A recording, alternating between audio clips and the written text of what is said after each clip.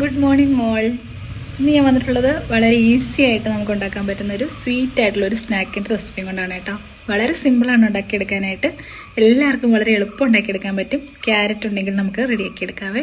വളരെ സിമ്പിളാണ്, നല്ല ടേസ്റ്റിയുമാണ്. അപ്പോൾ എല്ലാവരും ഒന്ന് ട്രൈ ചെയ്ത് നോക്കണം കേട്ടോ.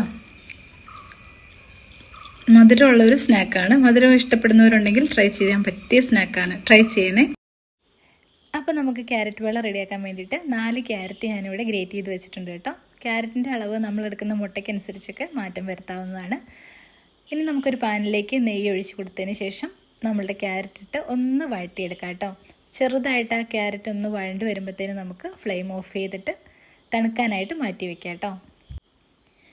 നമ്മളുടെ ക്യാരറ്റ് ഒന്ന് വാടി വന്നിട്ടുണ്ട്. അത് അവിടെ നിന്ന് തണുക്കുന്ന സമയം കൊണ്ട് ബാക്കിയുള്ള ഇൻഗ്രീഡിയൻറ്റ് നമുക്ക് പൊടിച്ചെടുക്കാം. പഞ്ചസാര ഞാനിവിടെ ചേർത്ത് കൊടുക്കുന്നുണ്ട്. 3 മുട്ടയാണ് എടുത്തിരിക്കുന്നത്, അതുകൊണ്ട് 3 ടേബിൾ സ്പൂൺ പഞ്ചസാര എടുത്തിട്ടുണ്ട്.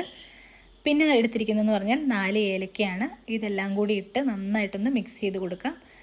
ഇനി അതിലേക്ക് കുറച്ച് പാൽപ്പൊടിയും കൂടെ ആഡ് ചെയ്ത് കൊടുക്കാം കേട്ടോ. ഒരു 1/4 കപ്പ് പാൽപ്പൊടി ഞാൻ ആഡ് ചെയ്ത് കൊടുത്തിട്ടുണ്ട്. ഇനി നമുക്കതൊന്ന് നന്നായിട്ട് മിക്സ് ചെയ്തെടുക്കാം.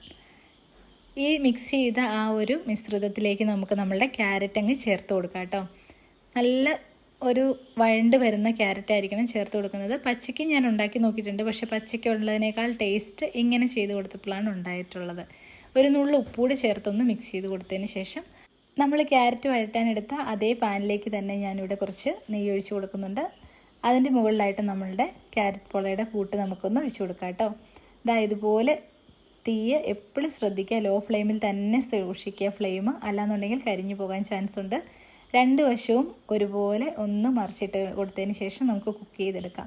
വളരെ സിമ്പിളായിട്ട് ഉണ്ടാക്കിയെടുക്കാൻ പറ്റുന്ന, കുട്ടികൾക്കൊക്കെ വളരെയധികം ഇഷ്ടപ്പെടുന്ന ഒരു സ്നാക്കാണ്. എല്ലാവരും ട്രൈ ചെയ്ത് നോക്കണം. നല്ല സോഫ്റ്റ് ആൻഡ് സ്വീറ്റ് ആയിട്ടുള്ള ഒരു സ്നാക്കാണ് കേട്ടോ.